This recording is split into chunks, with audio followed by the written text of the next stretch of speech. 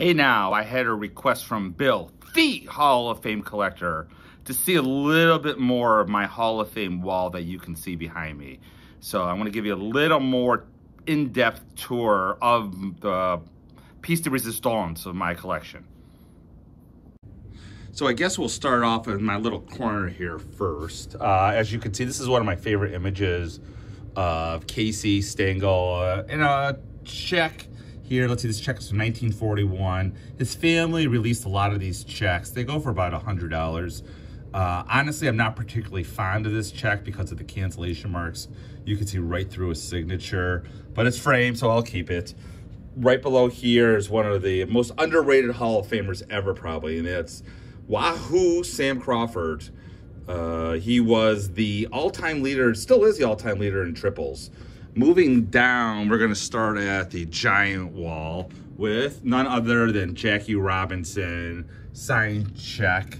You can see here it's actually made out to his mother, so you could argue there's actually 1.5, maybe 2 signatures. Right below that is the great Cy Young. This is an index card. I'm not particularly fond of it, to be honest. I prefer dated material. It's still real, I'm not worried about that, but I would love to upgrade it one day. And right below that is Red Faber. Again, not a huge fan of this autograph because it is an index card. Here we have a really nice 1936 inductee, Honus Wagner check, written in 1918. I'm going to focus in. Love the J. It was an earlier autograph of his, as you can see. Later on, the signature became much more sloppy. These checks are not terribly rare. They are expensive. That being said, a lot of them have cancellation marks through the signature. This one actually is a dual signed. There's another signed signature on the back of the check in pencil. Rather large size check, which is the reason why it's a larger size photo. Right below, another rare autograph, a Roger Bresnahan, also co-signed by Hall of Famer Jacob Rupert. The Bresnahan autograph is rare. Best way by far to get him, he was on the Toledo minor league team. He was part of the executive crew. And there are quite a few signed contracts out there, both co-signed by him and Hall of Famer Rupert. Right below that, George Kelly signed check, not rare at all. You could probably pick one up for about 20 bucks. Next to that is a Sam Rice government postcard. It took me a while to find this for some reason. They're pretty hard to come across, although his signature itself you can find for about 15 bucks. Interesting story about Sam Rice. His original family passed away in a tornado before he entered the major leagues. Right above that is a government postcard of Elmer Flick. You can see this one, he was 91. Looks like when he signed this. Also, Elmer was the oldest living inductee into the Baseball Hall of Fame. Right above that is a 1942 Walter Johnson signed check. To the right of that, we come across Carl Hubble signed check, pretty common. Love the image, though, of him. Right below that, Billy Southworth signed check. Pretty common, not terribly hard to find. And finally, down here, Bill Dickey, very recent signed check. Moving on, we have a really nice Roy Campanella signature. It was framed out, but this signature is dated 1947. It is a pre-1957 accident. Nice, clean, crisp autograph. Below that is Triple Crown winner Chuck Klein. He was inducted into the Hall of Fame 1980, I believe, obviously much after he passed away. Below this is a Stan Kowaleski signed Social Security card from 1966. What's cool about this is there were a lot of rumors that he was illiterate. Turns out it's not true. I was able to actually purchase something where it showed his written postcard that he wrote in 1919 to his girlfriend at the time. I did eventually consign it to REA, and it went for a considerable amount of money. Now we move on to Ernie Lombardi. Again, I love this postcard. Not terribly rare. He was known as the Schnoz, believe it or not, which you can see by this picture of him in action. He was played with the Reds. Sad story, he actually tried to commit suicide after his career ended. Right below that is an Earl Averill signed check. His family released quite a few of these. Not terribly rare, they pop up every so often. Right below that, Chick Haffey autograph. Again, signed postcard, this one's dated 1948. Moving on now, we have a gorge. I love this picture with the uniform. Tigers only wore that 1 year, and below that is a actual promissory note that Harry Heilman wrote. Below that is a member of the 1919 Black Sox. This is one of the good guys, I guess you could say. It's a Ray Crackershulk signed autograph. What I really enjoy about this is actually the letterhead. You can see he worked for a short time for Purdue University. This is a short letter he wrote in 1949. Finally, we have El Diablo, and that is Willie Wells. This is his, again, Social Security card from 1971 with a nice full name signature on it. Okay, right here is another really cool piece I was able to pick up. This is an ad from Baseball Magazine from October 1924. And as you could see, Bill McKechnie made a little endorsement right here. Sunglass to your Bradley sweaters. That's one thing the boys all agree on without argument. Well, guess what? This is the actual written letter he wrote for that endorsement. This signature you see right here is the same signature reproduced right here. Right below that is a 1941 Kansas City Monarchs team signed photo.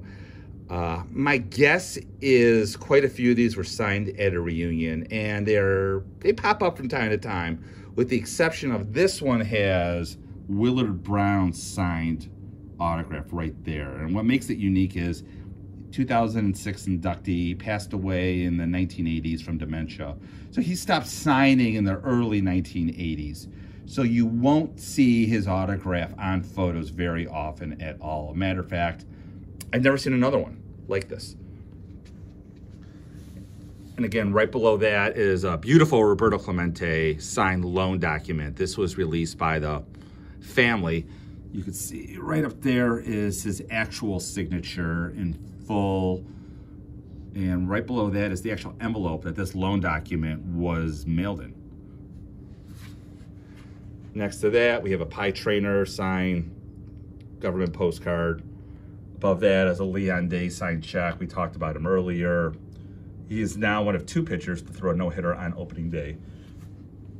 Right below that is probably, I think, the only Negro League Detroit Stars. There was a team below that called the Detroit Wolves, another Negro League team that had some Hall of Famers. But this is Turkey Stearns, center fielder of the Detroit Stars, as he wrote. Next to that is a famous photograph of Mickey Cochran, and below that is a signed check. I'm glad the signature itself is pretty clean, no cancellation marks going through that. Below that is Hugh Duffy. Believe it or not, you can see on this induction postcard here that he had the highest lifetime average, 438, that will not be challenged. Guess what? It's going to be challenged because of the new Negro Leagues. I believe it was Judd Wilson is going to challenge it for highest lifetime average. We'll have to see what records are included. Below that, again, one of the most underrated Hall of Famers there is, Robert Lefty Grove signed check. When MLB did its All-Century team, he was actually voted as a member of the All-Century team, along with the greats like Ted Williams, Johnny Bench, Yogi Berra. Next to that is a really cool signed postcard of Bobby Wallace. And what I like about this is you can see it has his full name, Roderick John Bob Wallace, on the government postcard. Above that is a very early Grover Cleveland Alexander postcard. This, I believe, was dated 1929. Unfortunately, I would have to pop it out and see what the actual date of the postcard was. Above that, we have a nice Hank Greenberg signed government postcard. Right next to that, this is probably the earliest Hall of Fame autograph I have of the founder of baseball, at least according to legend, and that is Alexander Cartwright. You can see the date right there, 1879. Signatures right there. Actually, when my framer did this, right here is his name on the check. Unfortunately, I have a great framer, but he framed that out, but what am I going to do? Below that is Eparixi. He was another member of the Cincinnati Reds. His family released a lot of checks into the market. If not, he would be a very rare Hall of Famer, given the fact that he lived to the 1960s. Below that is a Harry Hooper signed check. Again, not terribly rare. Next to that, we have a nice Ed Walshine postcard. I really like the way he wrote White Sox. So whenever you buy a postcard of his, look for that S. You see how it sort of like loops? Very unique to him. Right above that, we have a Ray Dandridge signed check, another Negro League Hall of Famer. Not rare at all to check, but I just love it. Right above that, we have Bill Terry, the last National Leaguer to hit 400 in a season. I like the photo a lot. The checks, he's fairly common on Jacksonville, where he was an executive for the minor league team. A little bit more rare are to see the personal checks signed by him. Right next to this, we have an original Hall of Famer, Ty Cobb, 1936, signed check. The backstory in this was they were opening up a museum for Ty Cobb after he passed away in Georgia. And the family in California, if you sent $20, you would get a signed check. Rumor is there's over 10,000 checks in the market. That being said, the check has kept up value over time. If not, it's actually increased in value. Below that, we have the old Flash, Frank Fritsch. Great player, although you can make an argument, a lot of cronyism when he joined the National Baseball Hall of Fame Veterans Committee.